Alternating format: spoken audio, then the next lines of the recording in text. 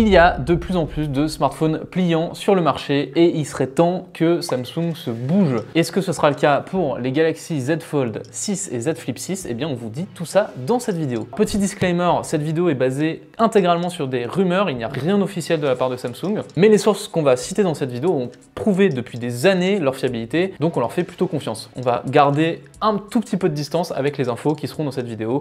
Je préférais vous prévenir. On attaque tout de suite avec le Z Fold 6. Alors, au niveau du design, à première vue, il n'y a rien qui change. Voilà. Au niveau du visuel, il faut se concentrer très fort pour voir la différence à partir des rendus 3D publiés par Allnix, une des sources fiables dont je vous parlais en début de vidéo. Mais attention, si on se concentre très fort, il y a quand même des petites différences par-ci par-là. Notamment, les tranches seraient un peu plus plates encore, qui fera penser à certains au S24 Ultra, et ce qui fera penser à d'autres un petit peu plus taquins à l'iPhone, parce que bah oui, c'est vrai, en 2024, tout le monde veut ressembler à l'iPhone, c'est comme ça. Mais plus important, l'écran extérieur serait un peu plus confortable. On aurait un ratio plus traditionnel autour de 29e. C'est grosso modo le ratio d'écran classique. Ça n'était pas le cas sur les précédents pliants de Samsung, c'était un des gros défauts. Ça faisait qu'on était un petit peu à l'étroit quand on voulait taper sur le clavier. Là, si les rumeurs sont exactes, eh bien on devrait avoir un écran un peu plus facile à utiliser. Ce même écran serait protégé par du Corning Gorilla Glass Armor. D'habitude, le grade du verre, c'est pas forcément le truc le plus important. C'est toujours un peu plus résistant, mais au-delà de ça, il n'y a pas grand chose à dire. Sauf que les S24 nous ont beaucoup plu là-dessus parce que ce nouveau verre permet d'avoir beaucoup moins de reflets. Et c'est un vrai avantage quand on utilise son smartphone à l'extérieur. Et normalement, le Z Fold 5 en bénéficierait. Le Z Fold 6 Ouais. Et normalement, le Z Fold 6 en bénéficierait. Bon, par contre, il y a quelques trucs qui nous chagrinent déjà. A priori, il devrait être toujours aussi épais, 6,1 mm lorsqu'il est déplié, et ça reste quand même beaucoup plus épais que ce que peut faire par exemple un Honor Magic V2 qui descend jusqu'à 4,8 mm tout de même. Également, vous l'aurez remarqué sur les images, il n'y aurait pas d'emplacement pour le S Pen. C'est une vieille rumeur sur les Z Fold. On attend ça depuis très longtemps, mais bon, Samsung apparemment n'arrive pas à le faire. Pour le reste, ce serait vraiment sans surprise, quasiment tout pareil. On aurait un écran 120 Hz AMOLED, on aurait une puce Snapdragon 8 Gen 3, qui est l'évolution de la 8 Gen 2, on aurait un triple module photo complètement inchangé, une batterie de 4400 mAh et une charge seulement de 25 watts. Et oui, on est chez Samsung, donc la charge, c'est pas leur fort. Bon, il faut qu'on parle du deuxième Galaxy Z Fold, parce qu'il y a beaucoup de rumeurs cette année qui nous laissent penser qu'il y aura un deuxième pliant au format livre. Bois de bois. Très bien. J'ai pris un taquet.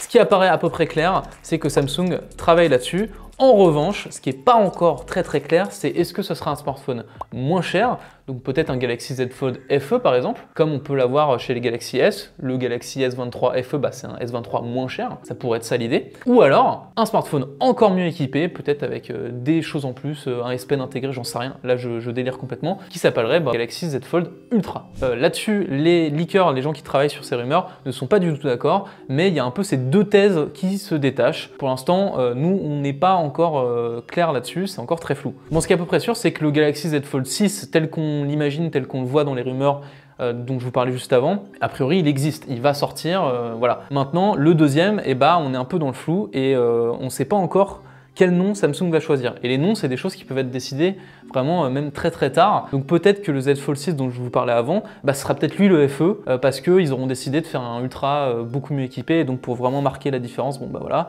Peut-être que ce sera lui le Ultra, ils vont peut-être renommer le truc. Voilà, en fait tout est possible de ce point de vue-là. Si Samsung décide vraiment de sortir un deuxième pliant, bon bah là au niveau du nom, on risque d'être un peu paumé au début, ça va être un peu nouveau. Ce qui semble en tout cas se dessiner, c'est qu'il y aurait en tout cas deux folds. On passe maintenant à mon format chouchou, le flip. D'ailleurs, je suis curieux, dites-moi en commentaire si vous êtes plutôt flip ou fold. Je sais que c'est un débat qui s'enflamme beaucoup sur internet. C'est un peu comme la chocolatine, les gens ils sont l'un ou l'autre, ça divise les peuples, donc moi je suis plutôt flip. En tout cas, bon, sauf surprise, devrait y avoir un Galaxy Z Flip 6, et on a déjà une petite idée de ce à quoi il ressemble. Au niveau design, là encore, Samsung ne devrait pas innover énormément. Franchement, là aussi, il faut vraiment se concentrer pour voir une différence. C'est un peu la même histoire que pour le Z Fold, on aurait des tranches plus plates. Encore une fois, ça va vous faire penser peut-être à l'iPhone. On aurait également l'écran extérieur qui serait légèrement plus grand, on passerait de 3,4 mm à 3,9. Le but entre nous, c'est un petit peu de dire à Motorola avec son Razr 40 Ultra qui fait 3,6 pouces de dire regardez, nous on a un écran beaucoup plus grand, machin, etc.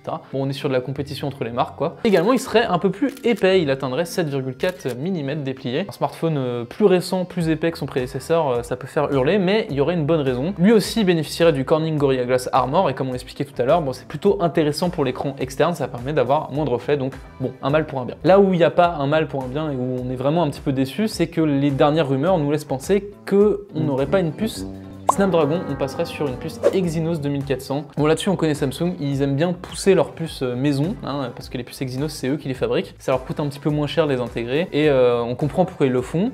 Mais du point de vue du consommateur, bon, c'est toujours un petit peu décevant, parce qu'en général, les puces sont moins puissantes. On aurait une version aux États-Unis sous Snapdragon, ce qui fait que la version européenne serait donc moins puissante potentiellement que la version US. Ça fait toujours pas super plaisir quand on met plus de 1000 € dans un téléphone de se dire ça. Bon, il y a quand même quelques petites bonnes nouvelles. A priori, ils auraient réussi à intégrer une batterie de 4000 mAh dans le Galaxy Z Flip 6. Ça n'a l'air de rien comme ça, mais voilà, on a une charnière, on a donc beaucoup moins de place pour mettre de la batterie, et ils auraient réussi, entre guillemets, l'exploit d'atteindre 4000 mAh. Commence à être une batterie relativement classique, et donc on peut espérer avoir une autonomie normale. Sur Z Flip, ça n'a l'air de rien comme ça, mais voilà, ça fait des années qu'on voit l'autonomie s'améliorer petit à petit, et c'est vraiment son plus gros défaut en réalité, hein. Le Z Flip, il est très mignon, il est très sympa, mais il a des petits soucis d'autonomie. Pour les deux smartphones, enfin peut-être les trois smartphones, on a encore pas mal de petits points d'interrogation quand même. Premièrement, le prix. On est complètement dans le flou, on pense qu'ils vont avoir le même prix que l'année dernière, mais on ne sait pas du tout pour l'instant. Au niveau de la date de sortie, c'est pas encore très clair. Il y a des rumeurs qui disent que Samsung voudrait les sortir avant les Jeux Olympiques, de façon à pas se faire totalement aspirer tout l'espace médiatique par les Jeux Olympiques, et donc avoir ces smartphones qui ont bien toute la place pour exister. Ça voudrait dire qu'on aurait une sortie aux alentours du 10 juillet, mais bon, ça c'est pas encore sûr. Il est aussi possible qu'ils attendent que les JO soient complètement passés et qu'ils sortent fin août par exemple. La dernière interrogation qu'on peut avoir sur ces smartphones, c'est la politique de mise à jour. On sait que Samsung est passé à 7 ans de mise à jour sur ses Galaxy S, on espère donc que ce sera la même chose sur ses smartphones pliants, ce serait quand même la moindre des choses vu le tarif pratiqué. Voilà, c'est tout pour les rumeurs sur les prochains pliants de Samsung, j'espère que ça vous a plu comme vidéo. Dites-nous en commentaire ce que vous attendez le plus, est-ce que vous êtes plutôt flip ou fold, est-ce que vous êtes plutôt fold FE ou ultra, qu'est-ce qui vous semble le plus pertinent, le plus intéressant, ça nous intéresse. En tout cas, moi je vous dis à bientôt sur la chaîne de 01net, abonnez-vous et prenez soin de vous.